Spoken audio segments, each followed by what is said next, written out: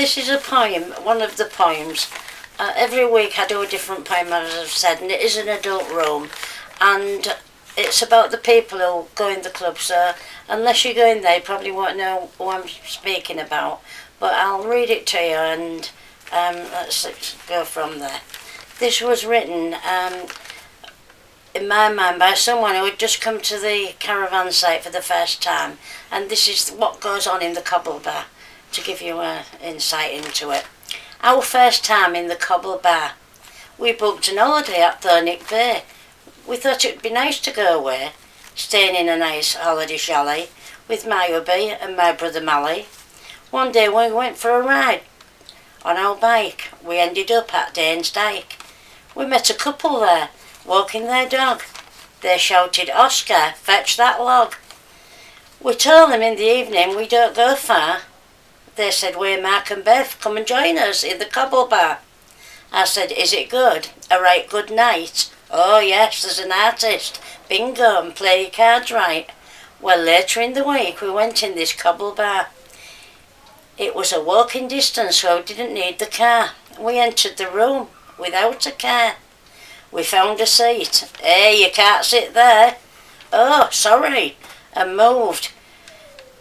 We began to wonder, "And that's not your seat." She had a face like thunder. They tiptoed across the floor. We sat on two stools near the toilet door. "Then who's this? An oversized jockey?" "Oh no, it's Mark, looking all cocky." The music played, the singing began. Then he turned to me and said, "Where are you from?" My face was red. I could feel myself blushing. I wanted to smother him with a cushion. I said, "We're from Mayfield." He said, "Are you a slapper?" My hubby sat there looking rather dapper. He said, "Is that your second husband?" in a loud voice. Then he said, "I thought so, it wouldn't have been my first choice." Our Mally was embarrassed. He gave a little cough. Then this Mark said, "Is he also knocking you off?" There seemed to be a lot of lords and ladies in the room. One looked like a right soft 'un. He was referred to as Lord Crofton. A lovely refined gentleman called Titty Trevor sat at the front. Well, I never. There were all sorts of people sat in there. The Doncaster Swingers, a right sexy pair. Then there was a couple of 60s toys, Barbie and Ken, and an ugly sister. Her name was Fanny, or was it Len? I felt an edge when a true Scotchman entered the room. Mark started shouting, "We're all doomed." It really got too much when he mentioned Christine's crutch. Then Tom Jones' song came on, and a woman started gyrating, swinging a thong. Chris Smith, the homosexual MP, was there, and the owner of Specsavers. What a nice pair. A duchess named Dodo, looking prim and proper, and the talk about Curly in the panto, flashing his chopper.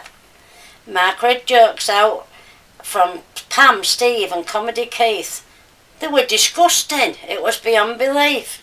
It was bingo time, and he went back behind his box. Then out came this bingo caller, a proper fox. Voluptuous bosoms, she was on the phone. Then Mark said, "You don't get many of them in a stone." Well, the bingo started. Bev began to shout, and all my numbers were coming out. Then the sound went, the mic was turned off. Looking around, Mark began to cough. She said, "Are you finished messing about?" Bingo resumed and 5-0 came out. 5-0! He shouted at the top of his voice. You've never heard such a noise. Then he stamped around the floor like an elephant. Under his breath he started to rant. The toy shop under his bay window was popping. My husband said, "Are we stopping?" I said, "Yes, it's an unusual place." If you would have seen the look on our Mally's face. It's an unusual place, no doubt, and if you're not mad when you come in, you are when you go out.